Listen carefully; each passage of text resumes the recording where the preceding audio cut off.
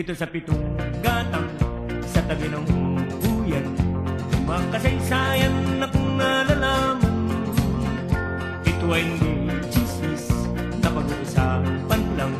Yureo, walang labis, walang kulang. May isang munting tindahan sa bukana ng buyan at sa kanto ng kalye pitong gatang. Dito ay nag-uumpukan ang ilang pilyong istambay na walang hanap buhay kundi ganyan. Ito ay hindi chismis na pag-uusapan lang. Yureo, walang labis, walang kulang. Ngunit bakit meron tao na katulad kong busyoso at sa buhay ng kapwa ay kusisero? Kung pikon ng iyong ugali at hindi ka pasensyoso, malamang oras-oras ba sa gulo?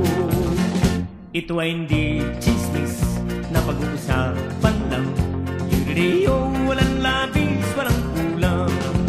Yororoleo, nareleo, nareleo, neredi. Yororoleo, nareleo, nareleo, neredi. Imposible ang maglihim kung ikaw ay mayroong siklat sa pitong gatang lahat naririnig. Kung ibig mong mabuhay ng tahimik na tahimik, magpatay-patayan ka bawat saglit. Ito ay hindi chismis na pag-uusapan lang. Yureo,